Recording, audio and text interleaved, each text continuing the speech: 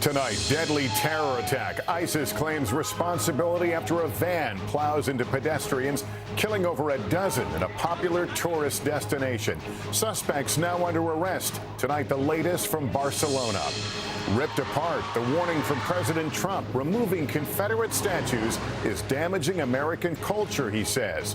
But it comes amid growing calls for more to go, including in the halls of Congress. Also, the online hate crackdown.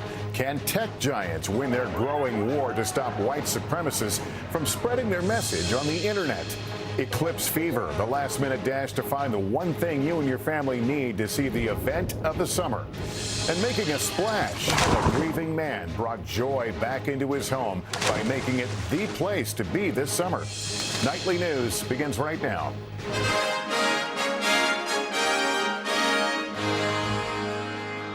This is NBC Nightly News with Lester Holt. Good evening. Thanks for being with us. It has become a recurring nightmare, a vehicle driven through crowds of pedestrians in a murderous rampage. Barcelona today becoming the latest Western city to be targeted by such an attack, this time leaving more than a dozen people dead. Video from the scene showed people running in panic after a white van drove into crowds along that city's most popular boulevard, aiming for pedestrians and leaving a trail of carnage in its wake. In addition to at least 13 confirmed deaths, Spanish authorities say more than 100 people were injured. Two possible suspects are in custody in the attack that ISIS this evening claims as its work. And there are some late-breaking details in the story now as we hear from Chief Foreign Correspondent Richard Engel. Screams and panic tonight on Barcelona's most famous pedestrian street. They're shooting. They're shooting. An American tourist, Jack Davey from Los Angeles, recorded as she ran for her life. We heard what sounded like gunshots, and we saw hundreds of people rushing towards us. Come on, come on, come on. They were running from a van that plowed into crowds on the street. Police responded quickly and in force, evacuating nearby buildings, shutting down the entire neighborhood. And all of a sudden I heard a lot of, noise and people screaming, so like everyone was just running away. Witnesses captured the aftermath. We blurred some of the images. They were too horrific. Bodies strewn on the sidewalk, many young. Crowds huddled around the victims, trying to assist. This newsstand was nearly knocked over during the attack, which took place along the historic Las Ramblas, very popular with tourists. The van reportedly jumped the curb and accelerated, traveled over 600 yards, and zigzagged as it went. Tonight, authorities are calling it an act of terrorism, and a manhunt is underway for the driver. At least 2 people were arrested, but police say neither was behind the wheel. ISIS is now claiming responsibility, saying it was carried out by one of its soldiers, but it offered no evidence.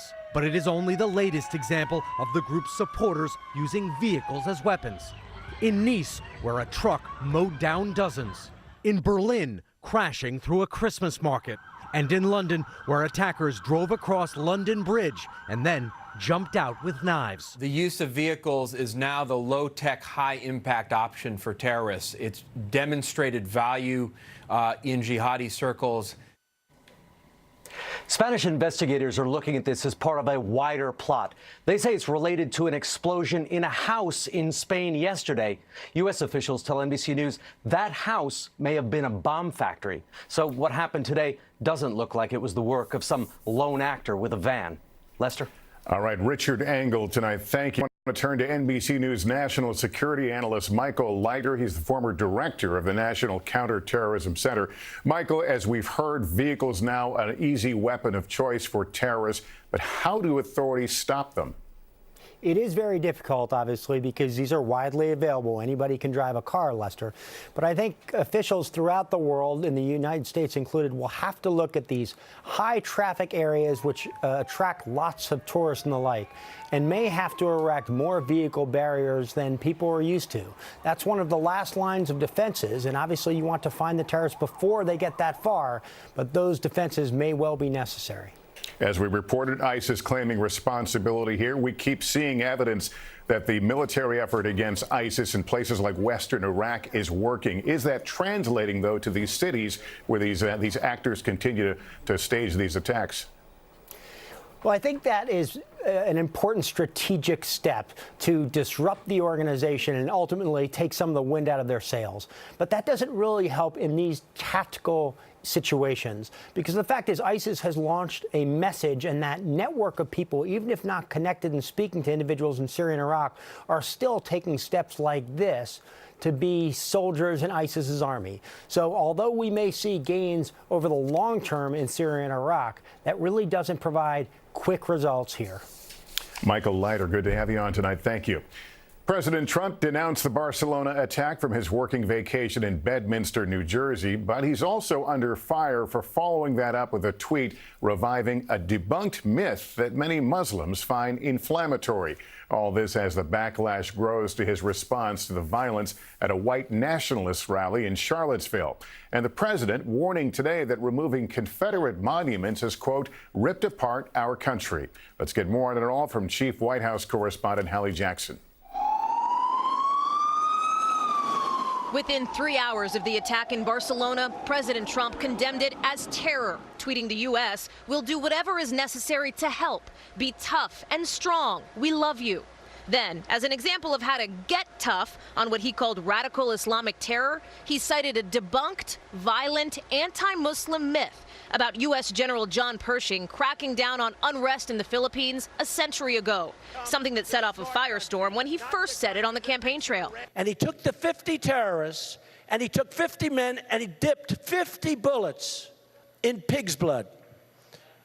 You heard that, right? The Islamic faith prohibits pork, as the president's reference to that inflammatory story becomes part of his quick response to an attack overseas.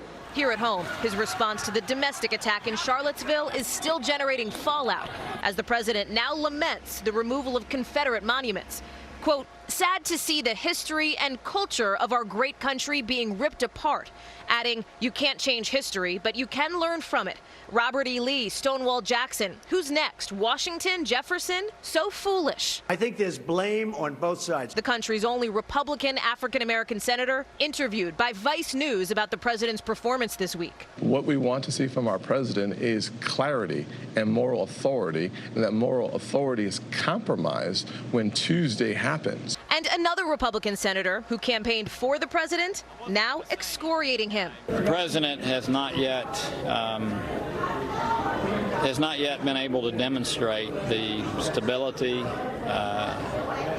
nor some of the competence that he needs to demonstrate in order to be successful.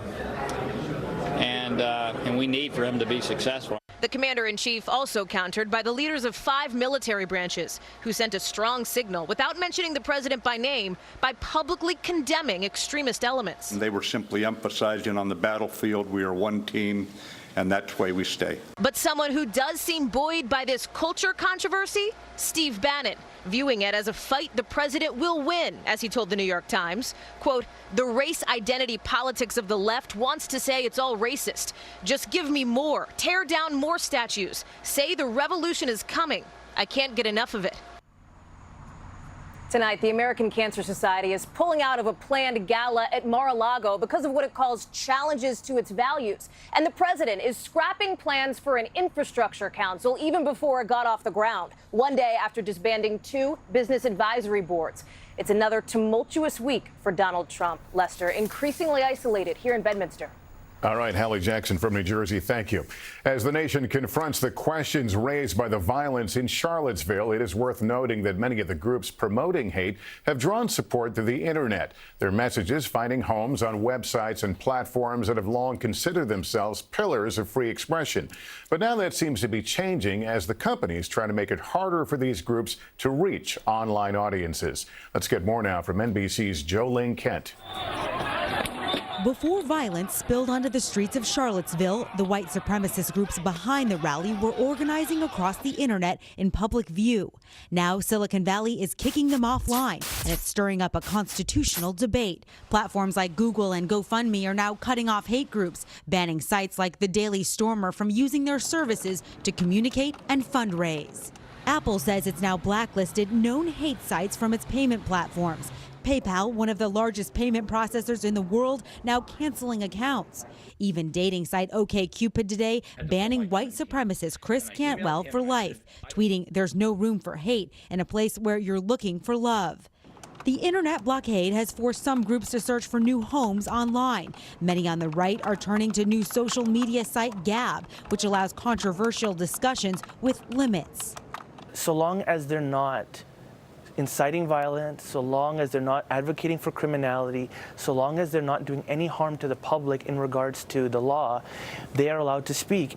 As hate groups are booted from popular online tools, First Amendment scholars say tech companies are navigating a fine line on what can be said and done on the internet. They have a right to police themselves. They have a right to decide who their users are. We urge them to do so in a way which is transparent, in which they are accountable. But with billions of users, it's a difficult, if not impossible, task for tech companies to monitor every single one.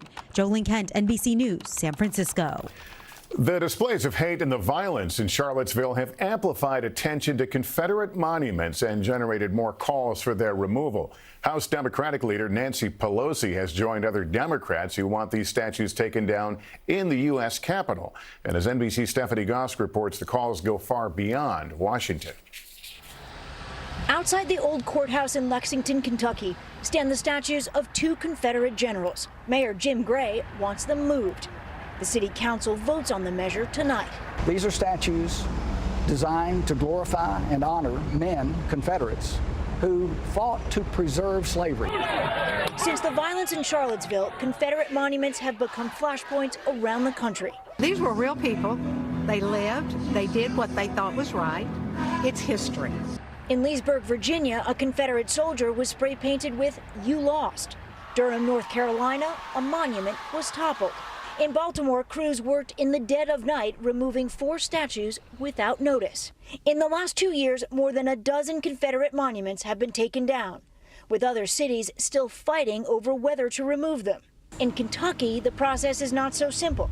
If the vote passes tonight, a state commission will still have to approve the decision. DeBron Thomas leads a group fighting to take the statues down. We're not asking for the statues to be destroyed. We're simply asking them to be relocated to a much more appropriate space. This square sits on what used to be a market for slaves. This is a place where people were bought and sold, families were ripped apart. A self-described white nationalist group has already promised to come here. Following Charlottesville, Mr. Mayor, this is a volatile moment. Why do this now? You know, there's no perfect time to stand up for American values. It's all the time. We must stand up, even in the face of threats.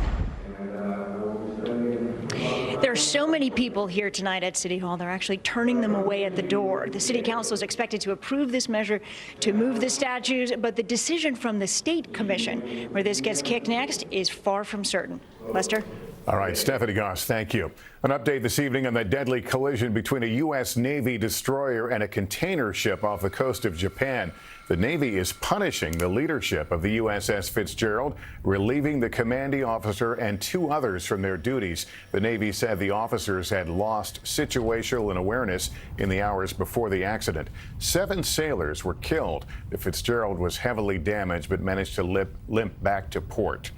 In Minneapolis, a major headache for the evening commute after a massive fire forced police to close a major freeway. It began earlier in the day when a semi-truck overturned and burst into flames. But police say the driver made it out okay and only 1 person was transported from the scene with minor injuries. The cause of the crash is under investigation. It was a tough day on Wall Street. The Dow posting its biggest one-day drop in 3 months, closing over 270 points down after some disappointing earnings reports in the tech and retail sectors and growing concerns over whether the president will be able to achieve his economic agenda. Still ahead here tonight, as the solar eclipse approaches, millions are spellbound already, some waiting on huge lines for a precious commodity, those protective glasses. Also, he hit the strike zone, but it wasn't the one he intended. The embarrassing moment during the ceremonial first pitch last night in Boston. Needles. Essential for him, but maybe not for people with rheumatoid arthritis, because there are options, like an injection. Xeljanz XR, a once-daily pill for adults with moderate to severe RA for whom methotrexate did not work well.